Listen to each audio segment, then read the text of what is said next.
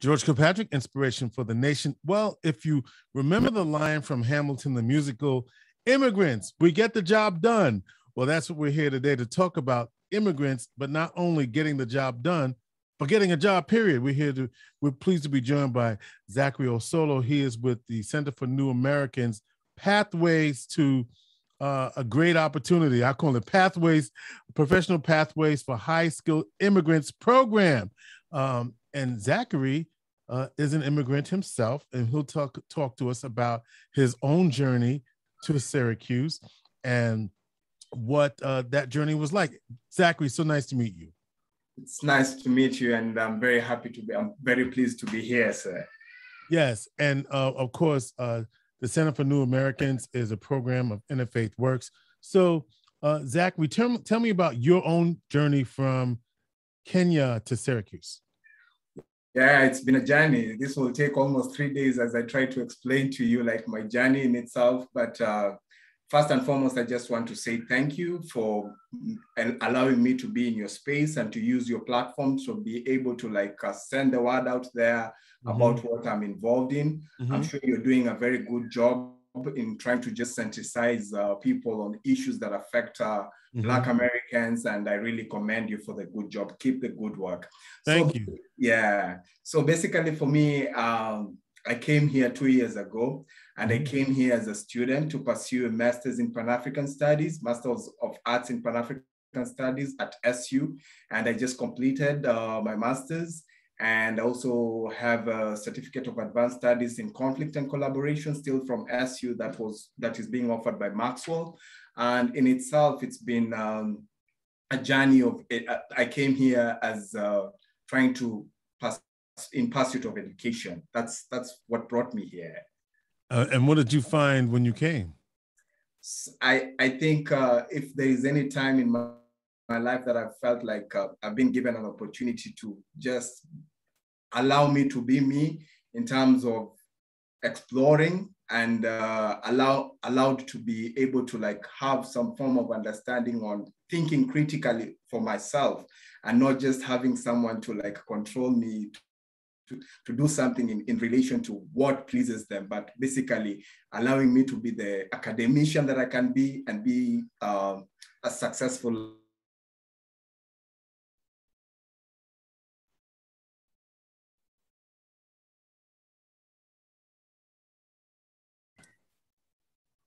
Yeah, this opportunity has just allowed me to be myself in terms of trying to identify who I am and try to critically and reflectively look at what has happened in the past in my life and just be able to have the opportunity to contextualize in an intellectual manner on the world around me.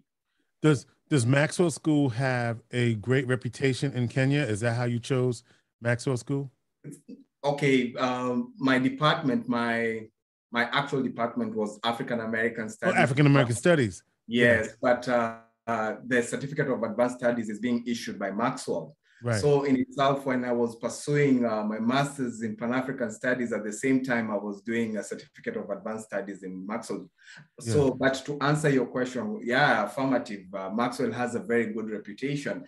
Yeah. Everyone that I went to and I told them that I have had an opportunity to, not everyone, but most of the people that I would share with, and I would mention to them that I've had an opportunity to go to SU to learn, they will always say, are you going to Maxwell? So in itself, it's something that it's well known, the repute is out there, and I think SU is doing a good job just to produce people who can be of so much importance in our society today. How did you find out about, so you know about Maxwell, but you chose African American Studies, Pan-African Studies at Syracuse. How did you hear about that program? How did I get to that program? Basically, for me, this will entail also my life story in part, because I've been fortunate enough to work for the bank. And for 4 years, I was working as a credit officer and also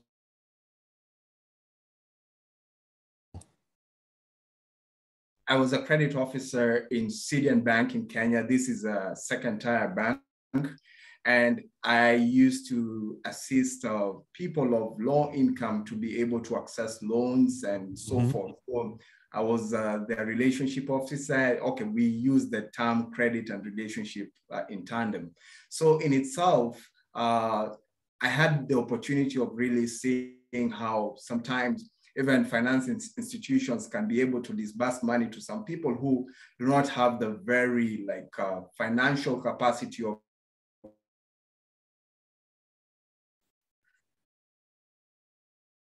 So I will go and look for customers, and some of the customers that I would extend credit to, they will have to come to some form of group so that we can offer them money as a group.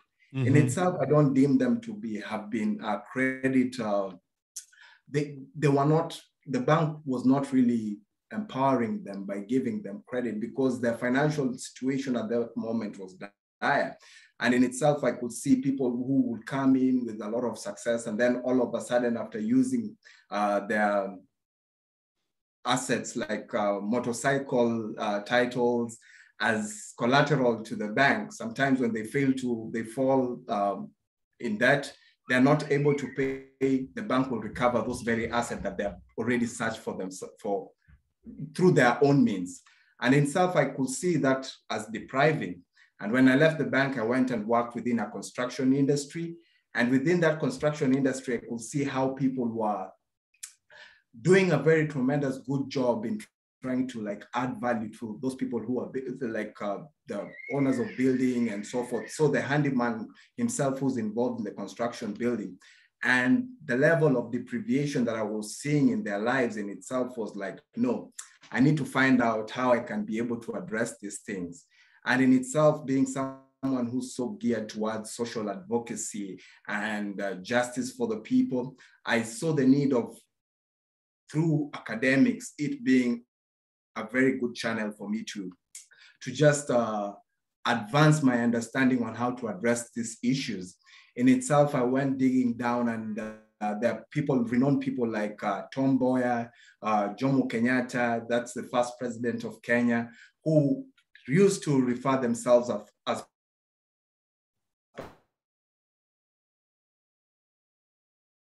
they used to refer to themselves as Pan-Africanists. So I had to go dig down and understand what is this Pan-Africanism. And what we relate to as Pan-Africanism is all about advocacy for the people, Black people, wherever they are in the face of the earth, to be able to vouch for them and also propel their issues to come to the front and see how we can be able to free ourselves from any form of system that is oppressive. And that's how I was able to come across the program that is Pan-African Studies that is being offered by the Department of African American Studies. And when I looked much further, there were some Kenyans who had gone ahead and they had done the program. So I reached out to one of them and he told me about the program, and I was so excited to apply for the program. And good enough, I was admitted to the program, and in itself, it has been life transforming. Certainly. And did you bring your whole family over? Yes. So basically I came with my wife. Normally I came here as a student, and so the visa that I use is an F1 visa. And the good thing, they allow for you to come, if you have a dependent, they come as a dependent. My wife, who came with an F2 visa. And while I was still here in the 2 years, and now we're getting into a third year. I've been blessed with one son and one daughter. My son is almost 2 years old and my daughter is 3 months old. So we are a family. They're born here in the United States. And so they're US. They're U.S. citizens. Affirmative. So there's that.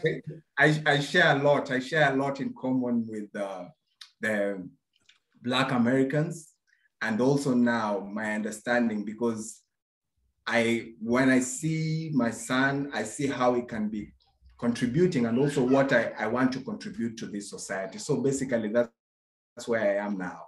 But I'm so happy to be having a Black American citizen. How about that? So you have, so you're a job coach for the Center for New Americans, and you're helping to implement the state's program for professional immigrants, if you will, or high-skilled immigrants. Yes. And I wanted to ask you about that. So what are you looking for? You wanted to come on and talk about this program. How can we help you spread the word about this program? Yeah, this program basically is just focusing on helping most people that come here, people of color, like immigrants and also refugees. And so the program has been initiated by Office of New Americans, that's from the New York State, by the New York State. And in itself, it's basically trying to, because most of the immigrants or even refugees, when they come here, one of the stereotypes that they have to face is that they're told, forget about what you studied back wherever you are. You have to like start all over again. This is a new life. But in itself, we've seen that is quite depriving, and that takes away the dignity of a person, because it takes a lot of effort for someone to get to where they are. So there was need to create that someone who can drive in hope in this types of individuals who are coming on board, and see how we can be able to assist them in different ways to ensure that they get back in line within their line of study. So we are working with a lead agency called Upward Global, and Upward Global, basically, this is what they've been doing in the past, and they've like even in different states, they've been there, and their impact is now being felt around the United States, and there was need for having them on board to ensure that we also implement the same, so that New York does not remain behind, so that we can really uplift people and get these people who are just within survival jobs and get them to a job that is more dignified and one that recognizes their efforts. Yeah, because a lot of people who come are, very highly skilled, but can't, for whatever, it may be language, whatever the barrier is, or maybe not interviewing properly, whatever, in some instances are not able to get some of these positions. So when you hear that, or when you think about that, what are the ways in which you're going to help these individuals get the kinds of jobs that reflect their education and so forth? Thank you so much. In fact, that is the biggest issue that I'm having. I'm trying to, like, the reason why I'm here is to get the word out there, because these individuals are there. And in most cases, when they arrive, they're so much in a hurry to just find a job, and so that they can get by.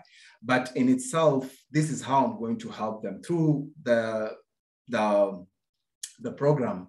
We are going to like coach them, prepare them so that they can be also competitive within the labor market, and just allow them to get like some kind of courses that are accredited here in the United States, and it doesn't take a lot of time. So if someone has maybe a degree in engineering, maybe he just has to take some few courses, and we've partnered with companies such as now Upward Global has partnered with companies such as Google, Microsoft, and also some other organization called Coursera, and they offer courses that can like certify this individual to be, and as long as you get that certificate, then it shows like you're a pro within that field or even profession, and then you can be able to be placed. So me, I will be working with these individuals for like a span of 6 months, trying to just liaise with prospective employers to be able to place them in jobs, and tell even employers, hey, we need to like ensure that these people are welcomed and they're dignified and they're allowed to employ their skill here in whichever field. So that's basically how it's going to be. We're going to work it out. One of the concerns, Zachary Osolo's job coach, Center for New Americans, and he's been hired and tapped to run the Professional Pathways for High-Skilled Immigrants program. What about this issue of, I don't want to say tensions, is that the right word? But this idea that, immigrants will get the job done, but also whether or not these new Americans are taking jobs away from the Black community, if you will, a community traditionally underemployed in this nation. What about these ideas that are real for some people, and why we shouldn't fear that? Yeah, so I understand everyone, like people have different understandings, and through situations, sometimes it can be very difficult until you get a chance to just sit down with someone so that someone can be able to explain to you that for sure, one thing that we people who are coming from outside, coming to the United States, we recognize that in terms of civilization, United States at the moment, it's leading in civilization. And history has it, any place that you find like civilization, if you look critically, that it always entailed about many people coming from different backgrounds, different quarters, coming together and bringing their minds so that even that creativity might carry on. United States so far has been a community, apart from the Black community, which I really empathize with them, with the Black Americans. I really empathize with the situation that led to their arrival here, but at the same time, immigrants are not coming to take away their job.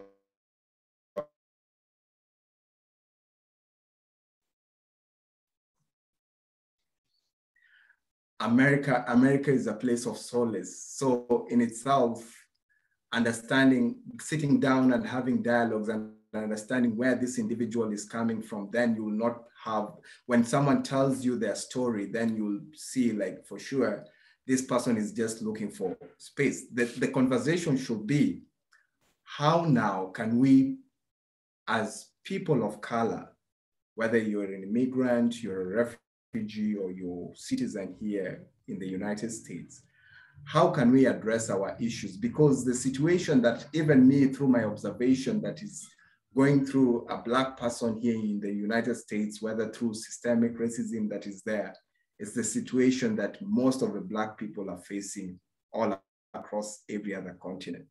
So how do we like come together, look for means and some of the things that are like draw us together and try to work from there and overcome them, but not seeing your fellow brother who's trying to look for a space.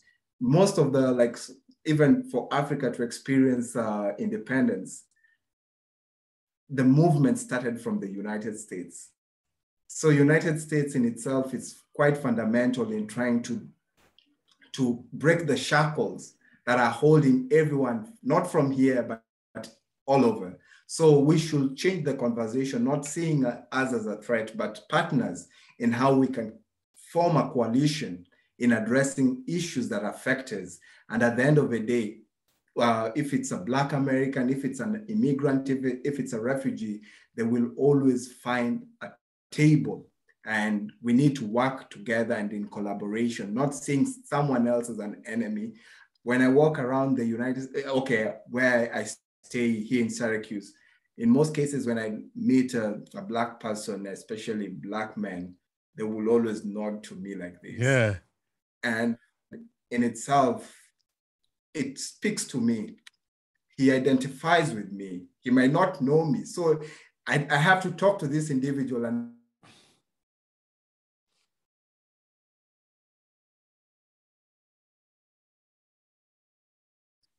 where should I? So as I'm saying, like when I'm walking on the street, on the street, I'll always meet maybe a Black man. Most cases, they will always nod at me. And when maybe until I engage this person and he will tell my dialect that this person is not from here. But when they see me from the word go, they see this is someone who I can relate to. There's that connection. And how, like, why should now, when it comes to issues of why should economics be the issue that divides us? If you can relate to me as a brother in terms of when you see me, it just clicks, this is a brother. And then all of a sudden, when it comes to issues of sharing, why should we have a division? So we are here looking for opportunities. Some of us have had to go through a lot to get to this point.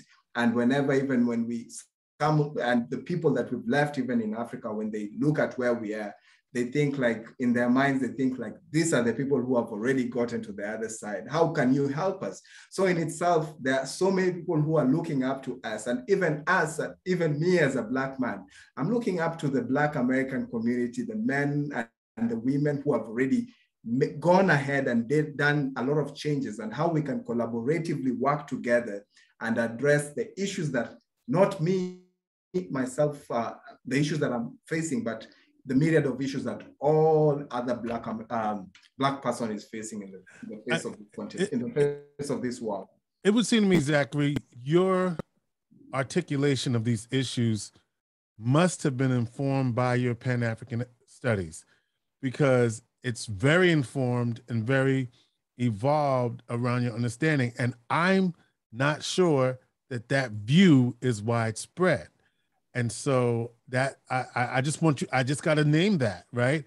That I think you got it, but I'm not sure everybody gets it like you get it. Yeah, it needs a lot of sensitization. Of course, Pan-Africanism has faced a lot of backlash in terms of how it was seen as more of a patriarchal kind of movement. Mm-hmm. They will only address the issues, but now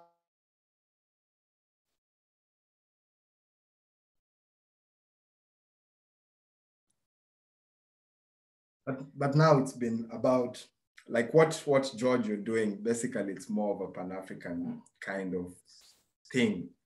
What you're doing is illuminating the stories of people who are not even heard.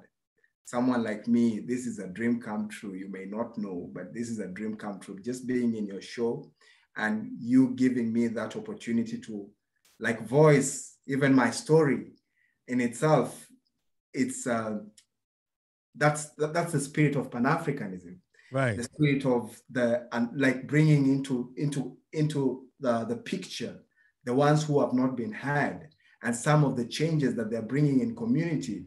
In itself, one of the things that I'm so talented in is connecting. Like if you want something, I might be knowing someone who knows someone, and then through that, when I help that person to go on the other side, that's what really makes me feel I've already performed what my vision, or even what my mission on earth is.